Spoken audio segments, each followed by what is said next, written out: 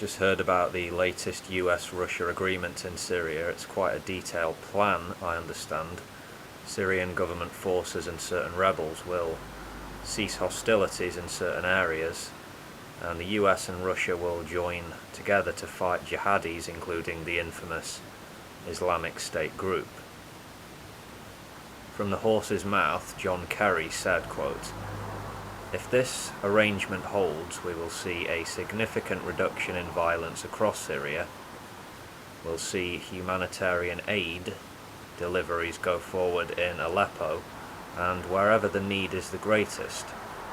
And after a period of reduced violence, then we will see the United States and Russia taking coordinated steps to isolate and defeat the terrorist groups that have added measurably to Syria's suffering and misery." End quote. And I've heard Russia's Sergei Lavrov say his piece about the plan also. This isn't the first time we've heard about peace plans or bringing the conflict to a halt in certain areas. Deals have been offered and tested previously with little success. This is a complex civil war with many hostile parties trying to achieve different ends. The conflict between Assad's forces and opposition forces around eastern Aleppo has been ramping up in the past few weeks. This is a nightmare for people, families trapped in the city. Food, water, and fuel shortages. And across Syria, for those who've remained, what is their life? What are their lives like? Destruction all around, the ever-present threat of further brutal violence, and these shortages of life's essentials. These are daily features, daily realities. It's positive, of course, that the US and Russia are, to some degree, working together as partners, aiming at short and medium-term goals, but deals done in the relative comfort of Switzerland by Russian and American secretaries of state doesn't necessarily translate to action on the ground.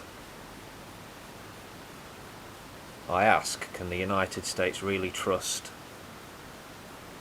the rebels, or all of the rebels, that they back and distinguish as moderate forces, so-called moderates? What about Assad?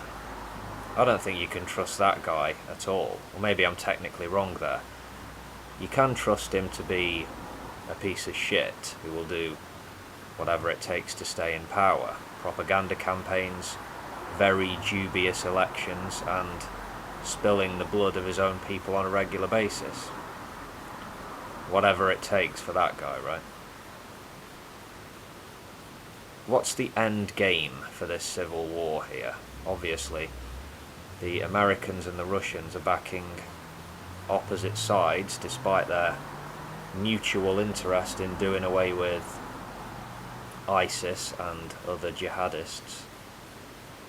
Yeah, Russia and Iran are going to back the Assad regime all the way. Yeah, no question. What about the Kurds in the north? We've had much success against ISIS, carving out a self-governing territory for themselves. Historically, they are losers in this part of the world, the Kurds. And Turkey has made it abundantly clear that they won't tolerate a Kurdish state on its southern border. They're not having it. And then we have the ever-present ethnic tension between Kurds and Arabs. So yeah. As far as this deal goes, though, let's wait and see. I guess we're just going to have to wait and see what happens, aren't we? When it comes into force. Sunset Monday. The High Negotiations Committee, this big opposition bloc, has said that Assad has to go as part of any political transition process. They've put forward a plan where a transitional body runs the country post-conflict for 18 months, after which there will be an election. Chief opposition negotiator Riyad Hijab has said, quote, "If what the Russians and the Americans agree upon is very much different from what the Syrians aspire to, then we shall not accept it," end quote. Right, but it might be the case that the HNC is simply sidelined post-Civil War, as the Americans and the Russians thrash out, or try to thrash out something, who knows what. Yeah. How do you see this latest deal going?